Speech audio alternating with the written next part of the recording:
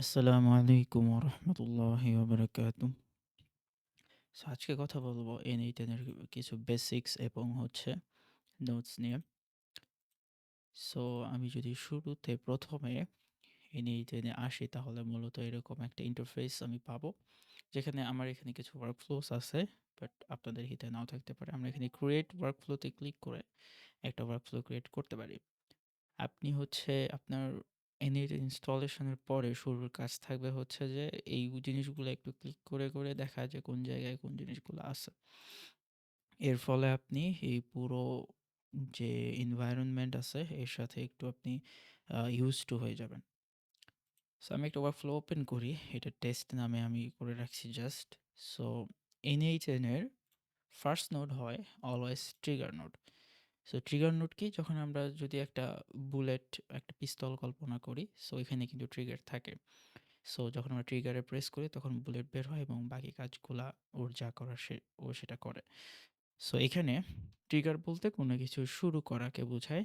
অর্থাৎ আমরা N8টাকে কিভাবে শুরু করতে চাই, কিভাবে ট্রিগার করে শুরু করতে চাই, এটাকে আসলে বোঝানো হয়। সো N8 এর ফার্স্ট নোড হয় অলওয়েজ ট্রিগার নোড। আর বিভিন্নভাবে আপনার লজিক হিসাবে এটা কাজ করবে যে আমি লজিকটা কিভাবে রাখতে চাই। সো ওইভাবেই আরকি।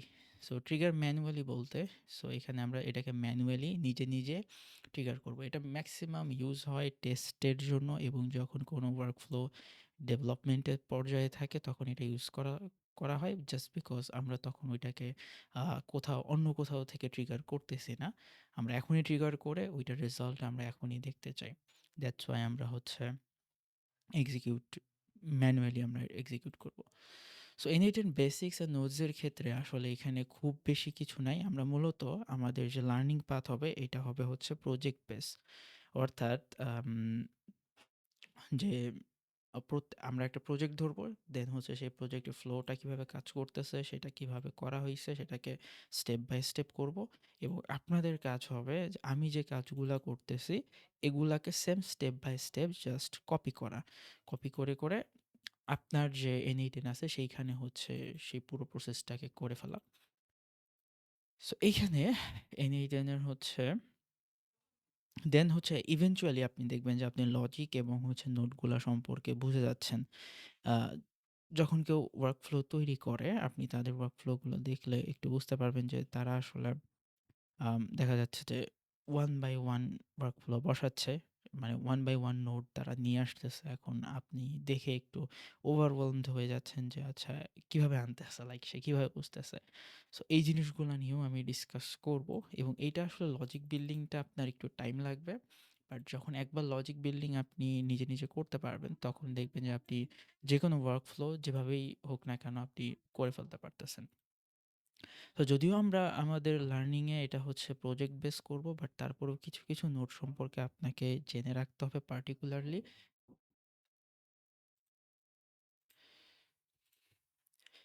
তো কিছু নোটস আছে যেগুলা পার্টিকুলারলি আমাদের শেখা লাগবে। যেগুলা ছাড়া আরকি আপনি আ বিভিন্ন এপিআই কলিং এবং আরো বিষয়গুলো আছে যেগুলো আপনি করতে পারবেন না। সো ১ম এই এখানে আমরা প্লাস আইকনে ক্লিক করলে এখানে একটা সাইড বার চলে আসতেছে। সো এই পুরো জিনিসের নাম কিন্তু ক্যানভাস। ওকে? সো ক্যানভাসে এখানে আমরা এখন যেকোনো নোড এখানে আনতে পারবো আমাদের প্রয়োজন মতো। সো এখানে আমি যদি অ্যাকশন অ্যাপ, আচ্ছা এটা পরে আসতেছি। ডাটা ট্রান্সফরমেশন মানে বোঝা যাচ্ছে যে এখানে ডাটাটাকে বিভিন্নভাবে ট্রান্সফর্ম করা, বিভিন্ন ওয়েতে ট্রান্সফর্ম করা। সো এইখানে কোড নোডের মাধ্যমে মূলত যে আপনার N8 নেটিভলি জাভাস্ক্রিপ্ট এবং পাইথন এই ২ টা সাপোর্ট করে। যদিও এদের সব ধরনের মডিউলগুলা সাপোর্টেড না, তারপরেও কোড নোট করে আপনি কাস্টমলি কিছু করতে পারবেন। অনেক সময় দেখা যায় যে N8 এর ইনবিল্ট যে এই যে নোটগুলা আছে, এগুলা মানে পড়ে যায়, কমতি হয়ে যায়, বা আপনি যে কাজটা করতে যাচ্ছেন সেটা এফিশিয়েন্টলি করতে পারতেছেন না। তখন আপনাকে কোড নোট ইউজ করে সেটাকে ম্যানুয়ালি রাইট করতে হয়। আমরা দেখব যে কিভাবে এআই দিয়ে এই কোডগুলাকে লেখা যায় খুব ইজিলি। ওইটাও আমি দেখাবো ইনশাআল্লাহ। সো এখানে ১ম এ set fields. So set fields অথবা এডিট ফিল্ডস, সো এটার নাম আগে সেট ছিল। যাই হোক, সো এইটা কি? এইটা আপনার এটা বিভিন্ন কাজে ইউজ করা যাইতে পারে। এটা আমি নিজে যদি বলি এটা আমি অনেকভাবে ইউজ করি। এখানে আপনি হচ্ছে জেসন হিসাবে এটাকে ইউজ করতে পারবেন অথবা ম্যানুয়াল টাইপিং এর মাধ্যমে ইউজ করতে পারবেন। আপনি এখানে মাল্টিপল ফিল্ডস আনতে পারবেন। সো এগুলা কি আমি যদি এখানে একটা নেম এমনিতে দেই এবং ভ্যালুর জায়গায় যদি ভ্যালু লিখে দেই এবং যদি এক্সিকিউট করি তাহলে দেখেন নেমের জায়গায় কিন্তু তাহলে নেম এটা হচ্ছে একটা প্যারামিটার এবং এই প্যারামিটারটার ভ্যালু হচ্ছে ভ্যালু। সো এইখানে এনএইটেনের এখানে এই সেকশনটা হচ্ছে ইনপুট, মাঝখানেরটা হচ্ছে প্রসেস এবং এইটা হচ্ছে আউটপুট। আউটপুট আপনি বিভিন্নভাবে এটাকে দেখতে পারেন, টেবিল হিসাবে, জেসন হিসাবে, স্কিমা হিসাবে, অ্যাজ ইউ লাইক বেস্ট। এটা বিভিন্ন সময় বিভিন্নভাবে ইউজ করা হয় এবং একেক সময় দেখা যায় একেকটা হেল্পফুল হয়। সো সবগুলাই আছে যখন যেটা লাগে আরকি। দেন হচ্ছে যদি আমার এই সাইডে কোনো একটা আম আইটেম থাকতো সেটাকে আমি ড্র্যাগ অ্যান্ড ড্রপ করতে পারতাম। আ যদি দেখাতে চাই তাহলে যেমন এই যে নাও নামে একটা হচ্ছে আইটেম আছে। সো এইটাকে আমি যদি এইখানে ড্রপ করি তাহলে এই যে আরেকটা কিন্তু এখানে ফিল্ড চলে আসলো। এবার যদি আমি এক্সিকিউট করি, আচ্ছা এটা হবে না। এটা হচ্ছে না expects object by we got. আচ্ছা। সো নাও যেটা আছে এটা মূলত হচ্ছে একটা অবজেক্ট চাচ্ছে। সো এইজন্য মূলত আর এটা অবজেক্ট না বোঝাচ্ছে। সো এটাকে ফিক্স করা আই গেস আচ্ছা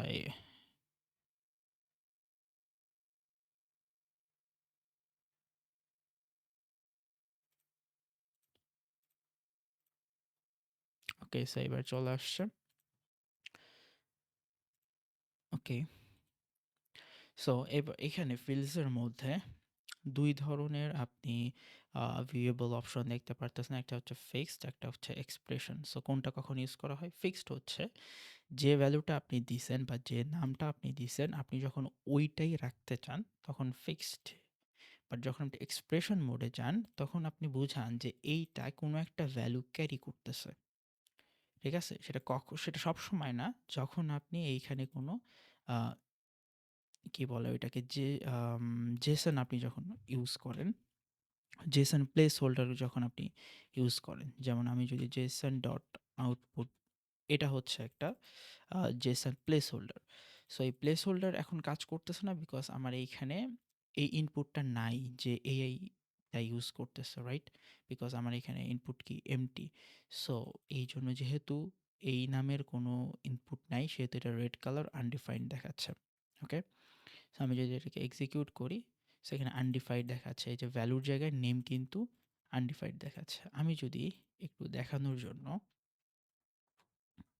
আরেকটা সেট ফিল্ড নেই, নিয়ে যদি এটার নাম আমি আউটপুট রেখে দেই এবং ভ্যালু যদি আমি সামথিং লিখে দেই, এটাকে যদি আমি এক্সিকিউট করি, এবার এবার দেখেন আমার এটা কিন্তু গ্রিন হয়ে গেছে। এবার আমি যদি এটাকে এক্সিকিউট করি তাহলে এইটার নাম সামথিং হয়ে গেছে। তার মানে এই যে আউটপুটের যে ভ্যালুটা, এইটা এখন এই ভ্যালুর ইনপুট মানে প্যারামিটার হয়ে গেছে। মানে আউটপুট একটা প্যারামিটার, সেই প্যারামিটারের যে ভ্যালুটা সেই ভ্যালুটা এখন এই ভ্যালুর প্যারামিটার হয়ে গেছে। সো আমি যদি এটাকে ফিক্সড রাখি তাহলে দেখেন এটা কিন্তু জেসন ডট আউটপুট এইভাবে আসলো। এবার যদি আমি এক্সিকিউট করি তাহলে এটা এখন অবজেক্ট হয়ে গেছে। যাই হোক, মানে বোঝা যাচ্ছে যে এইখানে আপনি যেটা রাখতেছেন সেটা হচ্ছে এইটার একটা নাম, রাইট? যখন আপনি এটা ফিক্সড করে রাখতেছেন তখন আপনি যেইটাই রাখেন না কেন ওইটাই এটার নাম হয়ে যাচ্ছে। আর যখন আপনি এক্সপ্রেশনে যাবেন তখন মূলত এইটার যে ভ্যালুটা আছে সেই ভ্যালুটা ইউজ হচ্ছে, অর্থাৎ তখন এটা একটা প্লেস হোল্ডার হিসেবে কাজ করতেছে। আশা করতেছি ফিক্সড অ্যান্ড এক্সপ্রেশন আপনারা বুঝে গেছেন। সো এখানে আরও কিছু অপশন আছে যেটা আমি কিছুক্ষণ আগে ইউজ করলাম, যে ইগনোর টাইপ কনভার্সন এরর। এটা মূলত হচ্ছে যে এনএইটেনের নিজস্ব কিছু রুল বুক থাকে, যে রুল বুকের এদিক ওদিক হইলে ওরা একটা এরর থ্রো করে। যখন আমরা এটাকে ট্রু করে দেই, এটা ফিক্সড থাকে ইউজুয়ালি, তখন মূলত এইটা ওই রুল বুকের মধ্যে অত স্ট্রিক্টলি যায় না। ঠিক আছে? সেই ওগুলাকে ওইভাবে ধরে না। দেন হচ্ছে সাপোর্ট ডট নোটেশন, যাই হোক এটা একটা। ওকে, সো এটা ছিল মূলত সেটের কাজ। সেটের আরও বেশ কিছু কাজ আছে এডিট ফিল্ডসের, যেমন এটাতে টাইপ কনভার্সন করা যায়, আরও বিভিন্ন রকমের কাজ করা যায়, যেগুলা হচ্ছে পরবর্তীতে আমরা দেখবো ইনশাল্লাহ, প্রজেক্ট যখন করব তখন।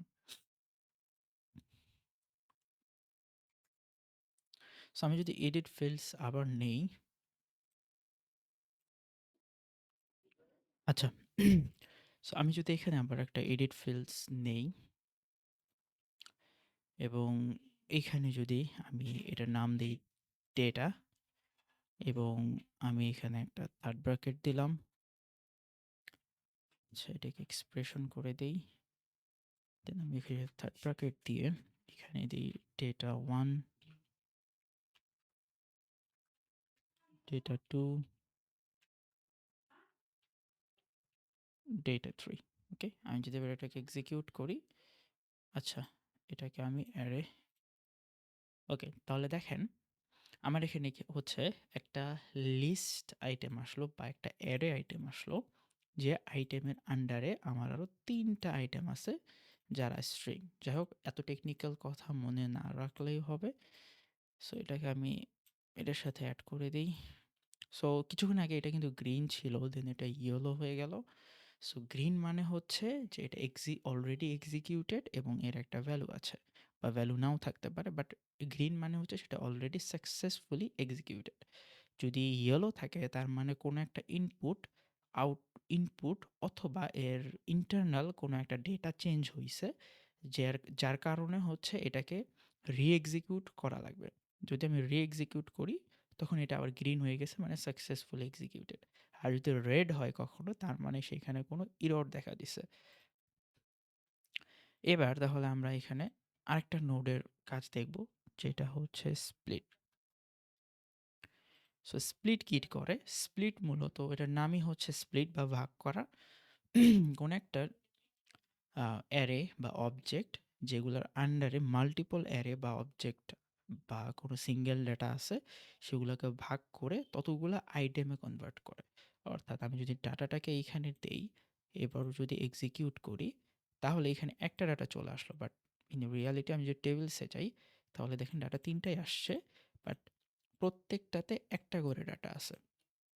ঠিক আছে, প্রত্যেকটাতে একটা, অর্থাৎ এই এর ভেতরে যে 3টা ছিল, সেই 3টা অর্ধেক অর্ধেক মানে ভেঙে ভেঙে হচ্ছে 3টে চলে আসে। এই 3টা কিন্তু প্রথমে টোটালটা হচ্ছে একটা অ্যারের অংশ ছিল, বাট এখন সেই 3টা অ্যারে থেকে বের হয়ে এসে প্রত্যেকটা একটা সিঙ্গেল আইটেম এ কনভার্ট হয়ে গেছে। সো এটা হচ্ছে স্প্লিটের কাজ, মানে ভাগ করে আর কি। দেন এই স্প্লিটের অপোজিট হচ্ছে অ্যাগ্রিগেট। সো অ্যাগ্রিগেট কি করে? অ্যাগ্রিগেট মূলত হচ্ছে এই যে কতগুলো আইটেম আছে, সেই সবগুলো আইটেমকে একসাথে করে কম্বাইন করে একটা আইটেমে নিয়ে আসে। তো আমি যদি এখন ডাটাটাকে এইখানে দেই এবং এক্সিকিউট করি, তাহলে এবার কিন্তু আমরা ঘুরে ফিরে এডিট ফিল্ডসে আমার শুরুতে যে বিষয়টা ছিল সেই সেম জিনিসটা কিন্তু আবার চলে আসছে। ঠিক আছে, সো কিছুটা এরকম।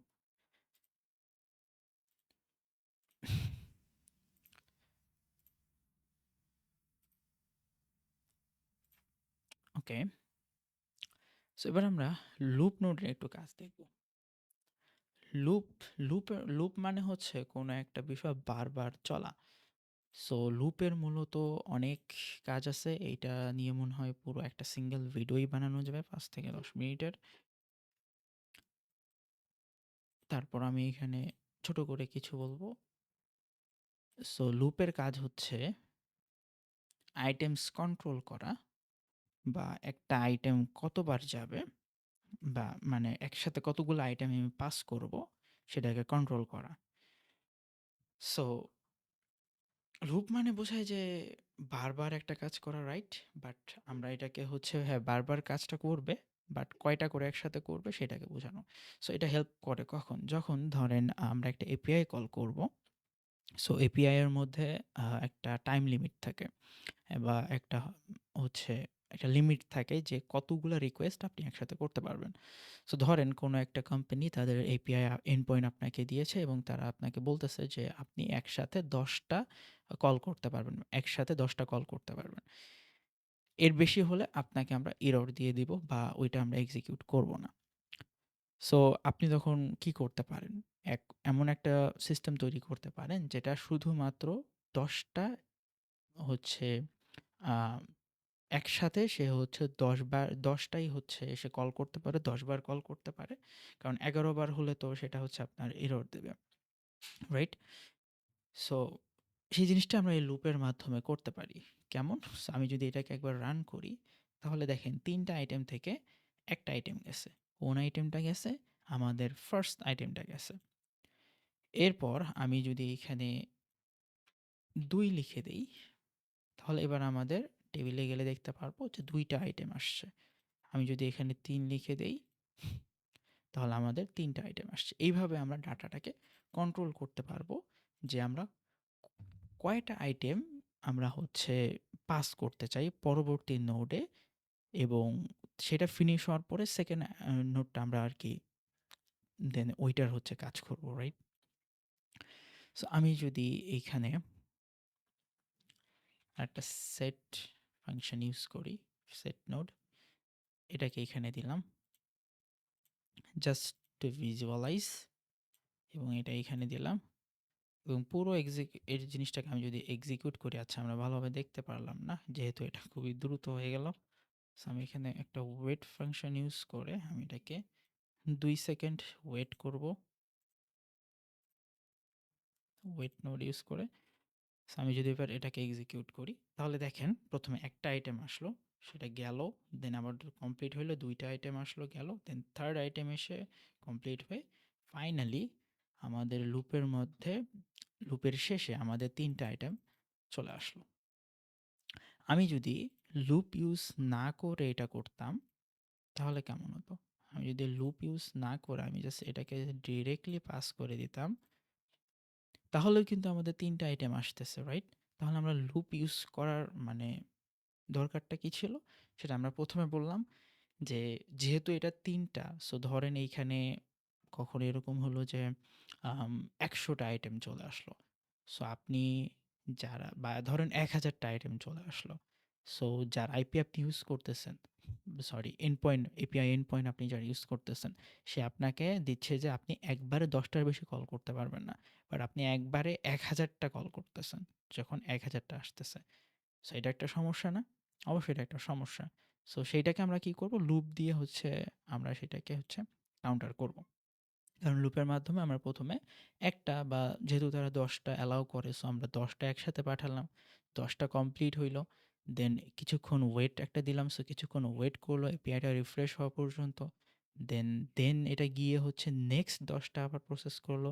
দেন কিছুক্ষণ ওয়েট করলো। দেন আবার নেক্সট ১০টা প্রসেস করলো। করে ফাইনালি আমাদের ডানে চলে আসলো।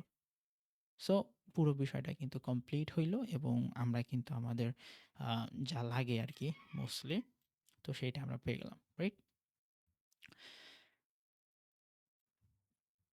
সো এইটা ছিল লুপ নোডের কাজ। সো দেন এখানে আরো অনেক নোড আছে, এগুলা আপনারা এগুলা দেখতে পারেন ম্যানুয়ালি। বাই দ্য ওয়ে আমরা এগুলা প্রজেক্ট করার সময় করব। এরপরে নেক্সট আরেকটা ভিডিও আসবে যেটাতে আমি হচ্ছে এপিআই কলিং কিভাবে করতে হয় এইচটিটিপি নোডের মাধ্যমে ওইটা দেখাবো। ওইটা যখন কমপ্লিট হবে দেন হচ্ছে আমরা প্রজেক্টে যাব, এবং সেইখানে না, তারপর আরেকটা ভিডিও লাগতে পারে হচ্ছে কোড নোডের কোডগুলা কিভাবে লিখবো, বা ওইটা আমি একটা প্রজেক্টেও দেখাতে পারি। সো ইয়া, এরপরে হচ্ছে এইচটিটিপি নোড কিভাবে কাজ করে, ওইটাকে কিভাবে ইউজ করতে হয়, ওইটার এ টু জেড, দেন হচ্ছে আমরা প্রজেক্টে আগাবো। ওকে, থ্যাংকস।